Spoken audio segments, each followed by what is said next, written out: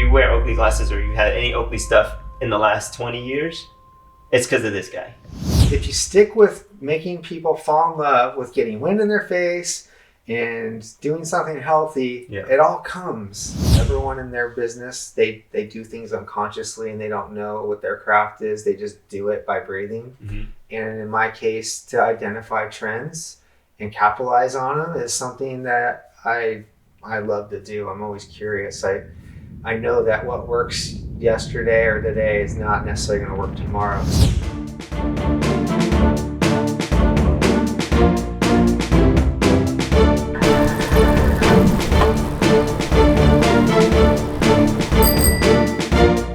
Hey folks, welcome. This is Fun BMC Podcast, episode 6. I am super excited. I got my friend Blick here. So for folks that don't know, I'll give you a little bit of background. I'm wearing an Oakley shirt. If you wear Oakley glasses or you had any Oakley stuff in the last 20 years, it's because of this guy. And he won't say that, and most people won't say that, but Steve Blick is the guy who literally put these glasses on the map, put them in the hands of the athletes all over the world. I mean, I remember pictures of you handing a pair of glasses to Julian in the middle of a race, literally giving him the product placement in the middle of a race. Obviously the Tour de France glasses, the yellow glasses that we all know and love, that's you.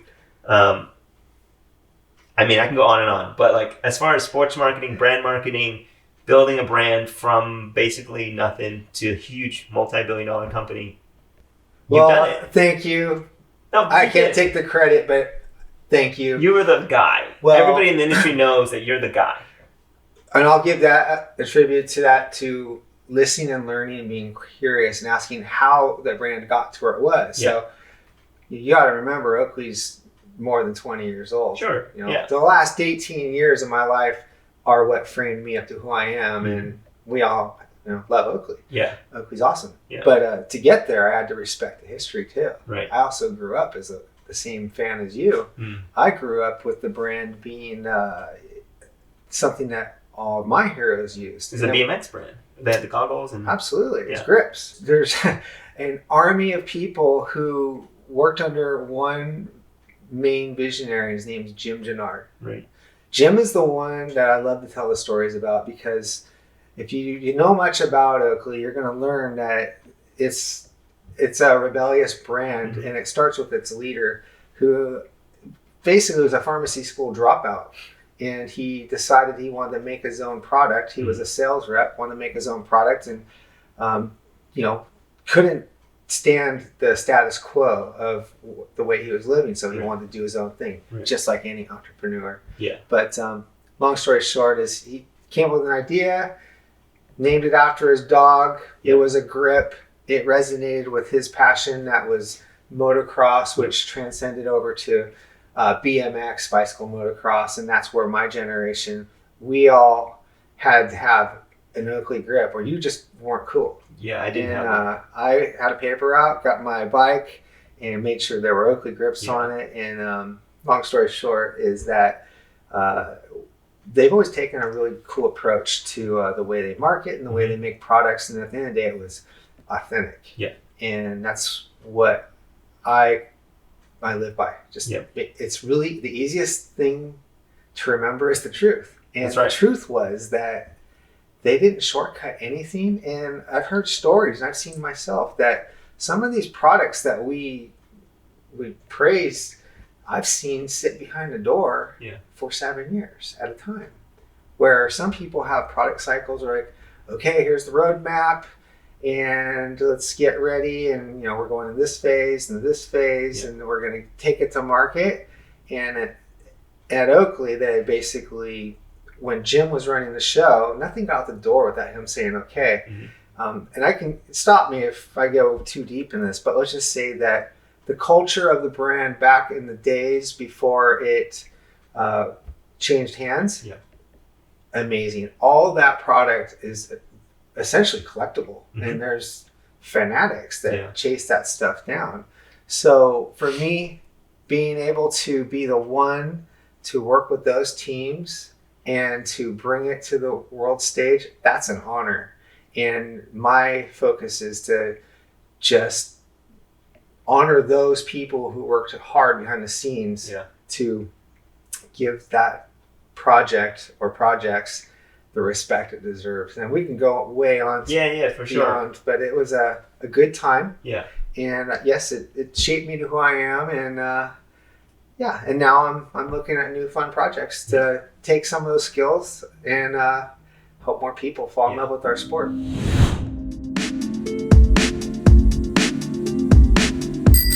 We're approaching a time that cycling was a little bit, beat up over, different situations of, is road cycling hot? Is it not? Is mountain biking? It was going through an identity crisis.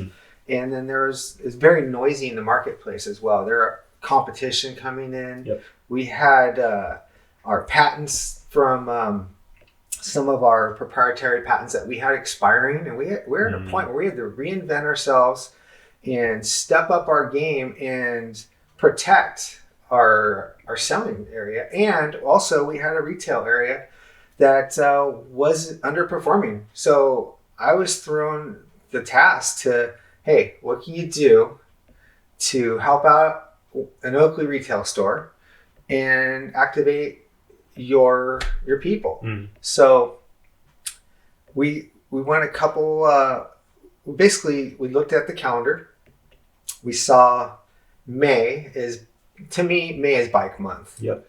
Bike to work week, it's spring, everyone's out, it's time to get in shape. And so we looked at, basically came up with these wild ideas, and I looked at everything and I put together all these dots. And that's what I like to do is I look for ways to get people on bikes, get them stoked, keep it fun. And the goal is to get them to fall in love with riding bikes. And so what we did is So wait, let me stop you there. You said the goal is to get them to fall in love with riding bikes, not necessarily to buy your products. Correct. Yeah. That's like when I deal with young athletes that are looking for that, making it as an athlete and getting sponsored. Sponsorship was making it. The one thing I like to challenge is a young athlete who's sponsored and they think they've made it. Yeah. And I always challenge them. Just getting started. I go, well, I'll ask you, what's your job as an athlete? Yeah. What is it? Tell me. Well, I'm not an athlete, but your job as an athlete is to represent, yourself, right? Your values and what you believe in. Work with the right partners. No? Failed. Really? I'm not an athlete. Your answer is correct to what most people would say. Yeah. Your job is to make little kids want to ride bikes. Wow.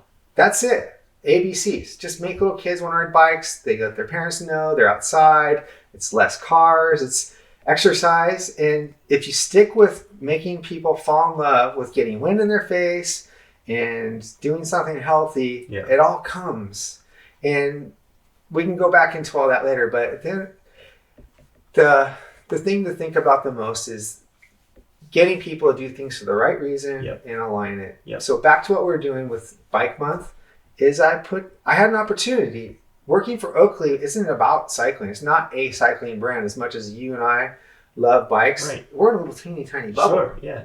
And a lot of you guys watching this, maybe you've seen the Tour de France and heard of a few of the guys that do well, but we're in a little bubble. Yeah, there are a lot of athletes. So I had the opportunity to work for this mega big brand, and the relationships I've gained over all these years allowed me to pull all the levers and pull it together. I took my hometown, San Francisco, pulled together the leaders of the bike community, the guys at MASH, and the media, like the Radivists, they showed up, and John was there. And then pulled together a surprise. So the strategy was to basically activate a well-known athlete for the San Francisco event, make a big deal, and get everyone fired up on Oakley through the Oakley store. We did a few activities there. You probably got a bottle that gave you a discount on it, and whenever you came back, you can get something at a price that was special.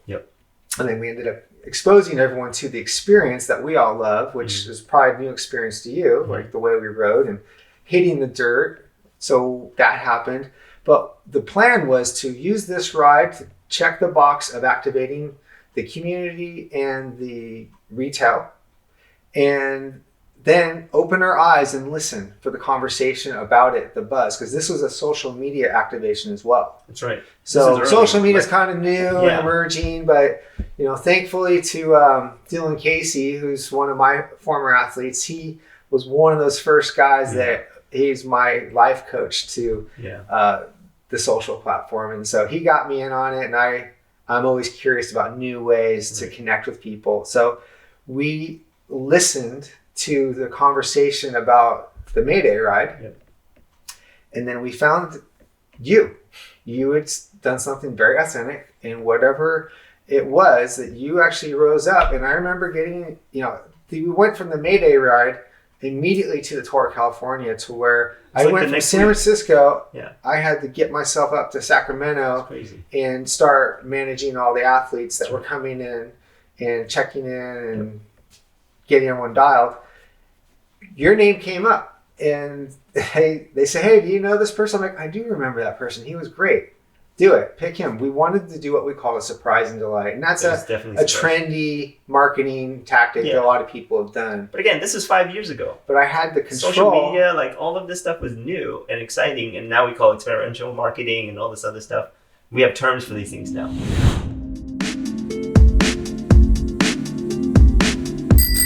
And so I love that statement about the kids. I feel stupid from getting that answer wrong because I'm not a marketing guy. But for us, the real joy of I wouldn't say marketing people know that, actually. Yeah? No. That's just me. No. That answer, we could go ask 10 marketing people. I bet they'd all fail. Right, because they're always talking about the product and the features and the thing and the that and the thing. And so it doesn't matter, because for us, the best part about the bike is the joy that it brings you. And it brings you back to that childhood feeling. A lot of people went to school. They got their MBA and masters for marketing, but I got a street PhD by just listening and learning how people want.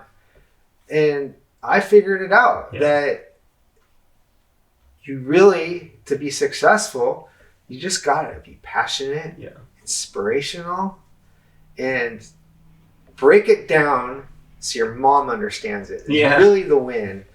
And then when it comes to marketing, you really do. You got to chop it down to where your mom gets it. Sometimes you try as a young kid, you're generations ahead in some of the technology and whatnot, and try to explain to your mom what you want. Like, I want this video game. It's the X, Y, and Z. But if you go, Mom, I want a video game that's going to help me do this and that, and I'm going to be good. And you just kind of scrape the sludge out of all the technology and the noise. And that's really what it boils down to. When it comes to a win in marketing, you just want people to fall in love with something that's going to help them be better. And in the case of my space is fitness and health and reducing your footprint and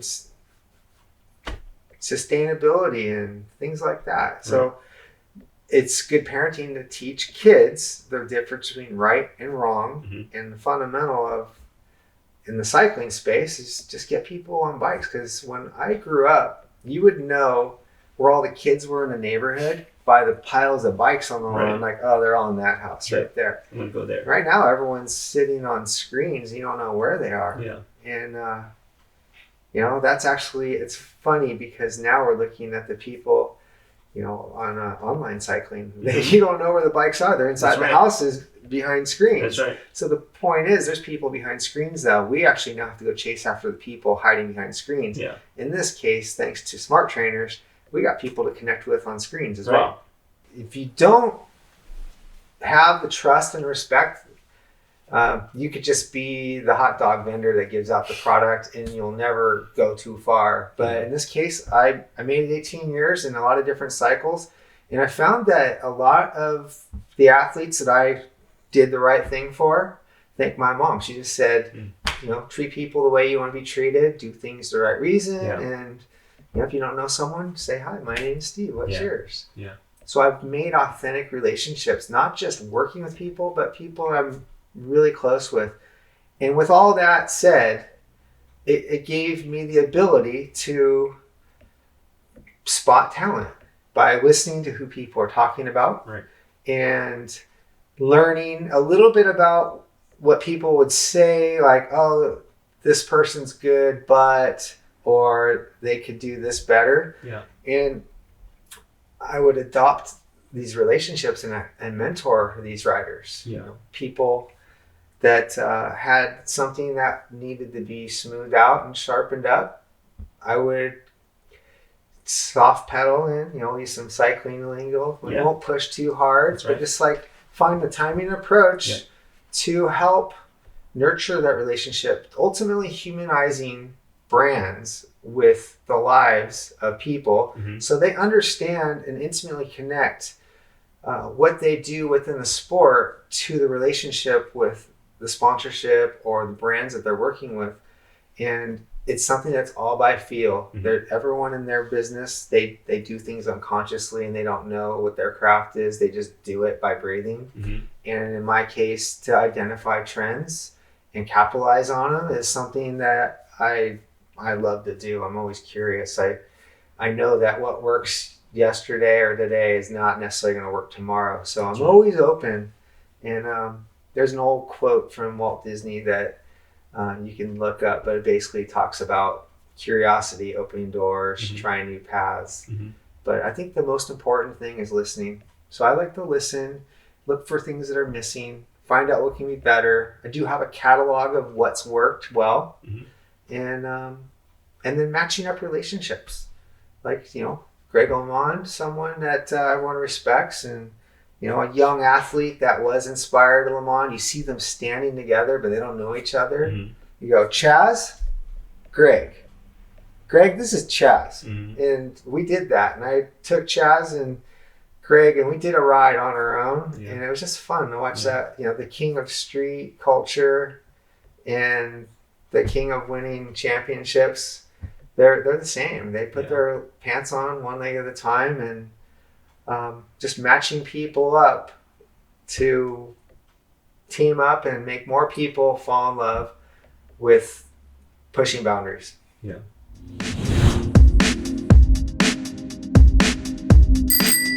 So we should talk about like this kind of IRL riding. Like I like riding with people. I connect with people on rides, but I haven't really tried Zwift and things like that because I feel like you lose some of that camaraderie. Like you lose some of that personal connection. But on the flip side, my son plays Fortnite almost every night. And like he has some really strong relationships with his friends from school. And it's through the game. It's not through school, because in school they kind of sit there and they listen to the teacher. But in the game, they're hanging out. Like it's their socialization. So my wife doesn't understand. She's like, oh, why do they play video games all the time? It's like, it's not a video game. Fortnite is not a video game. It's their social network. Yeah. And, when I was learning about the first days of Twitter, MySpace, Facebook, and then Mark Mastroff, he's the Steve Jobs of the fitness world. He started 24 Hour Fitness. He was one of my first sponsors, and we're friends. And he's mentors me on, insights of, how to be successful in different things. I remember a day that he said, hey, I'm investing in this little project. You should check it out. It's called Strava. And at that point, nobody even knew what that was. But I quickly learned, I looked at it, and no one knew or cared too much about it. But I learned that what it was is social media and fitness. And I coined this social fitness. And so Strava is the very, very beginning. To me, my understanding would be social fitness is what Strava is. It is, yeah. And now, I'm talking to other champions that I'm friends with that have moved over to different parts of the country with bad weather. Mike King is a world champion BMX and mountain biker, and he's living on the East Coast. It's cold, and he's on Zwift, and he loves it. And he's like the cool guy that everyone knows is the downhill champ, and you in the beginning he's like, I don't know, I want the real thing. I want to move my bike and win in my face. But now he's completely following training schedules. He shared stories about people he rides with that have maybe got taken out in a crash and they disappeared off the group ride. But then they can find him on Zwift on his bike. Use the companion app, you find people.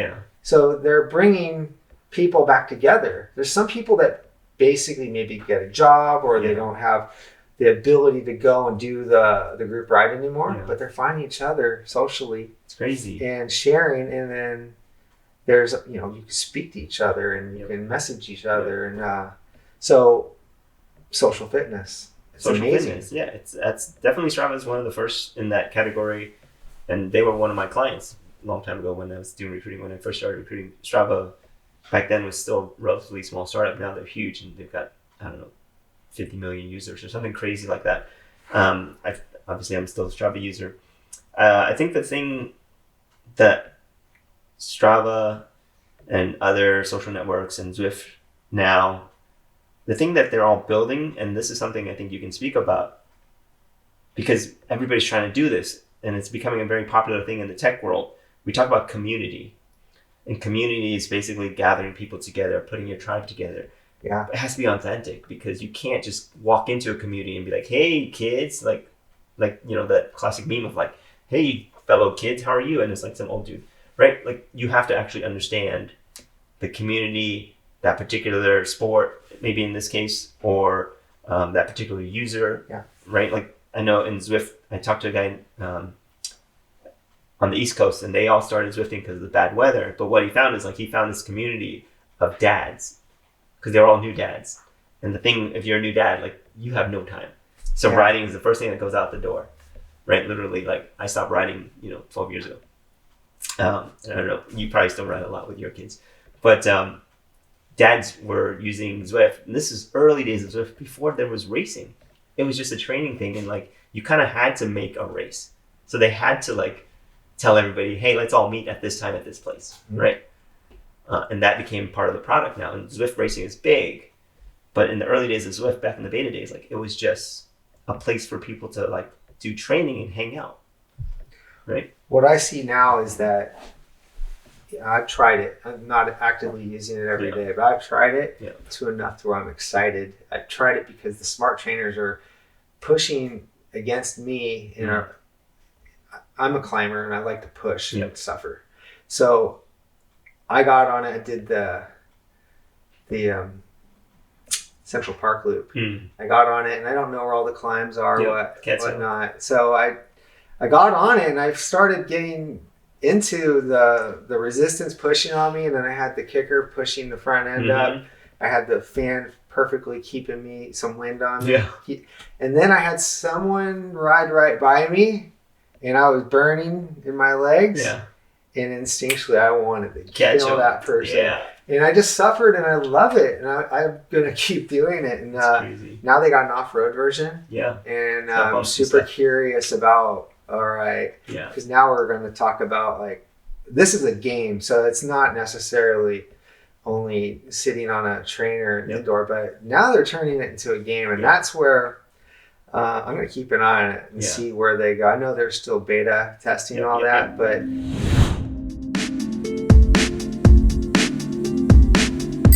All right, so Steve Blick, marketing, sports marketing, crazy, super cool dude, super well connected. A lot of people talk about kind of hard skills and soft skills, and I think Steve has both, which is really rare. His website is Blick Special Projects, and he's super special dude. I love this guy. I mean, honestly, you're one of the few people in the bike industry that I call a true friend. And I use that hashtag kind of jokingly, kind of ironically on Twitter. But I like to think that we're friends. And so to sum up Blick Special Projects, he does marketing, activations, community building, all of this stuff for brands, both inside and outside of sports, technology brands, of course, like us. The way you put it on the site, though, it's keep it simple, keep it fun, deliver the goods. Cool. So definitely check out his website. And you're at Blick on Instagram. It's at Blick on Twitter, which is a little bit not so much every day. Okay. But it's at Steve Blick. At Steve Blick on Instagram. Yep. And then there's Blick Special Projects on Instagram. But for the most part, if you want to see what I'm up to, check my stories. The poster there as well. Yeah. And just keep riding and pushing forward.